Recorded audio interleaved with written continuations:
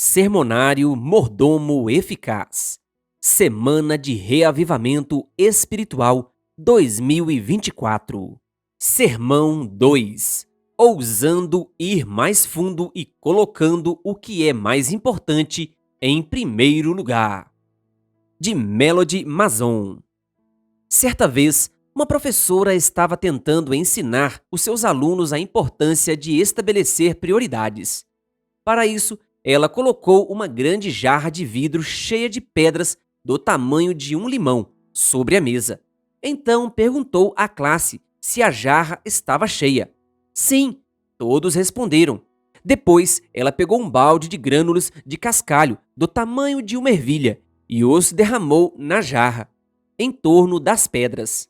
E agora, a jarra está cheia? Perguntou novamente. Parece que não. Os alunos responderam.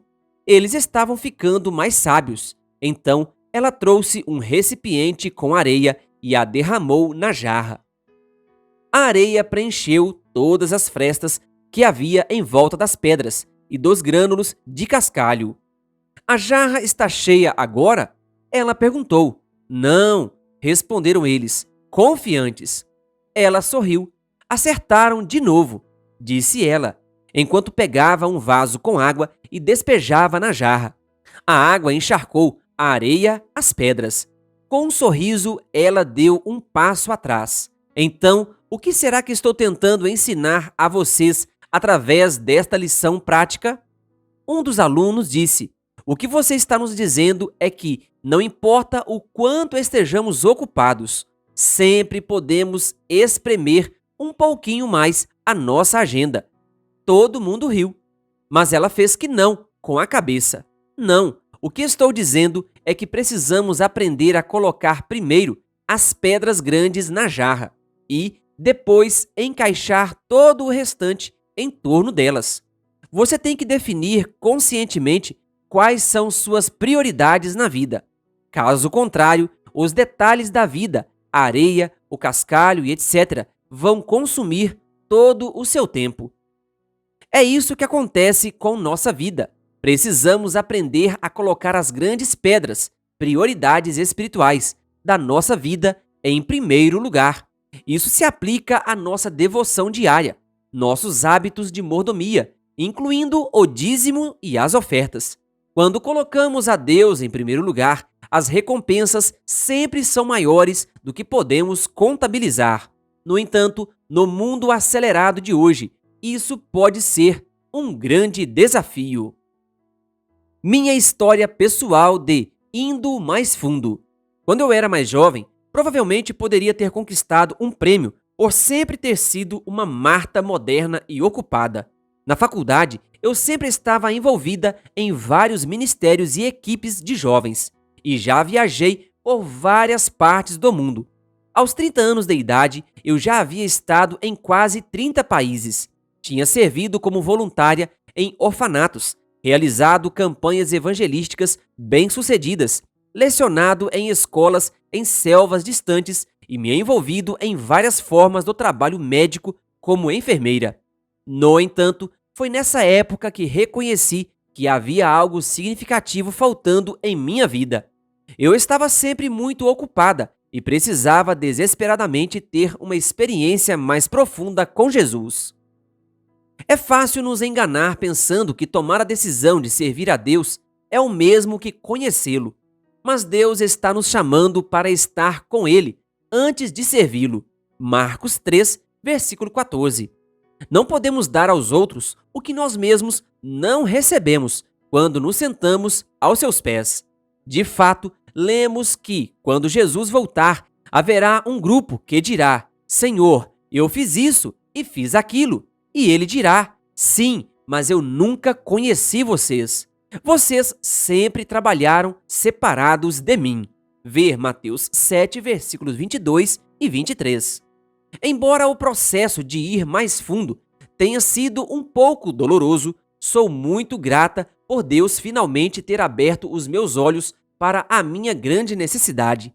Quando comecei a abeberar-me da palavra de Deus a cada manhã, muitas vezes com lágrimas correndo pelo meu rosto, me apaixonei por Jesus como nunca antes.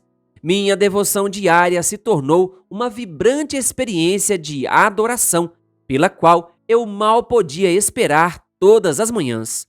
Também aprendi que, à medida que eu fazia daqueles momentos profundos e sem pressa com Deus uma prioridade diária, mesmo que eu dormisse um pouco menos ou cortasse alguma outra atividade, tudo na vida começou a fluir de uma maneira mais suave.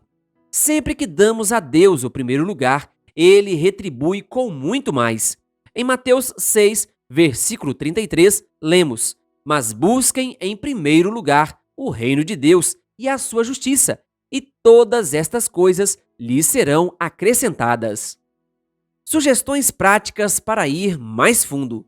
Depois de ter feito o seu compromisso de colocar a Deus em primeiro lugar, o que fazer para controlar o seu tempo com Ele todos os dias, enquanto você busca um derramamento mais profundo do seu espírito? A seguir estão algumas das minhas sugestões pessoais. 1.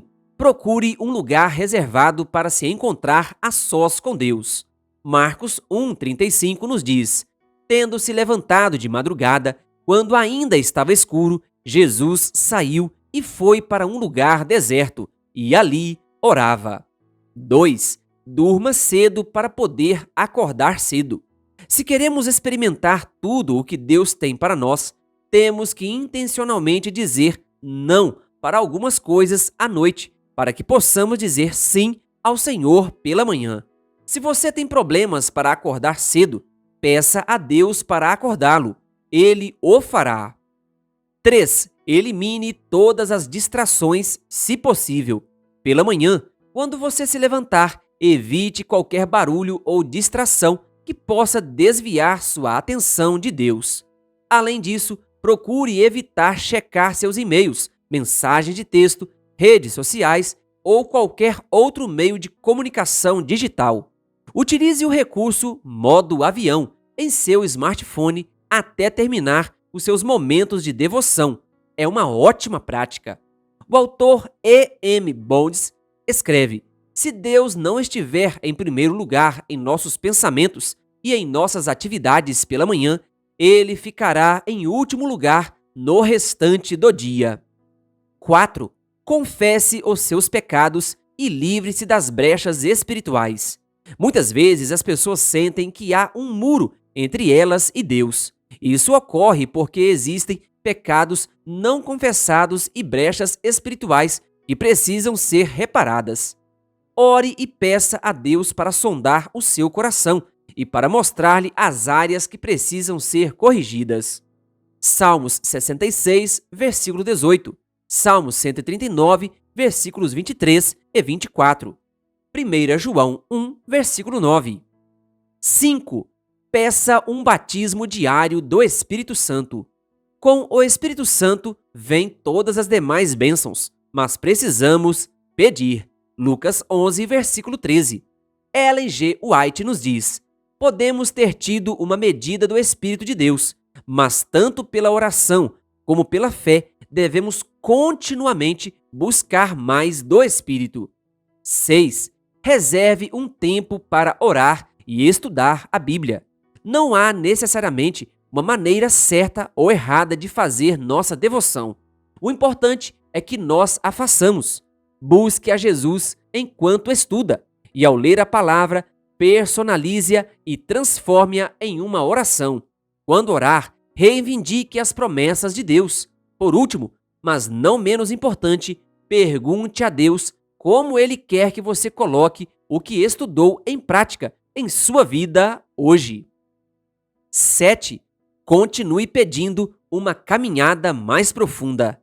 A Bíblia nos diz: ora, aquele que é poderoso para fazer infinitamente mais do que tudo o que pedimos ou pensamos, conforme o seu poder que opera em nós. Efésios 3, versículo 20. Deus tem tanta coisa reservada para as nossas vidas, se tão somente ousarmos pedir mais. 8. Por último, mas não menos importante, mantenha Deus ao seu lado ao longo do seu dia. Deus deve ir conosco, ficar conosco e permanecer conosco. Ele quer caminhar conosco, assim como caminhou com Enoque. Devemos manter-nos tão perto de Deus que, em cada provação inesperada, nossos pensamentos se voltem para Ele, tão naturalmente quanto a flor se volta para o sol. Esforçai-vos por alcançar as coisas a que Deus dá valor e para cuja obtenção Cristo deu sua preciosa vida. Ellen G. White, Conselhos sobre Mordomia, página 138. Faça dos seus momentos de devoção com Jesus a sua primeira prioridade diária, e você colherá ricos benefícios em todos os aspectos da sua vida. Essa é a principal condição para crescer como um mordomo fiel dos recursos dados por Deus. Tente, você verá. Meu compromisso. Comprometo-me a separar os primeiros momentos de cada dia para comungar com o Senhor por meio da oração, do estudo da Bíblia, do espírito de profecia, da lição da escola sabatina e de participar do culto familiar. Querido ouvinte, que Deus lhe abençoe. Se inscreva no canal O Bom da Bíblia no YouTube e ative o sininho das notificações. Canal O Bom da Bíblia, compartilhando a Palavra de Deus.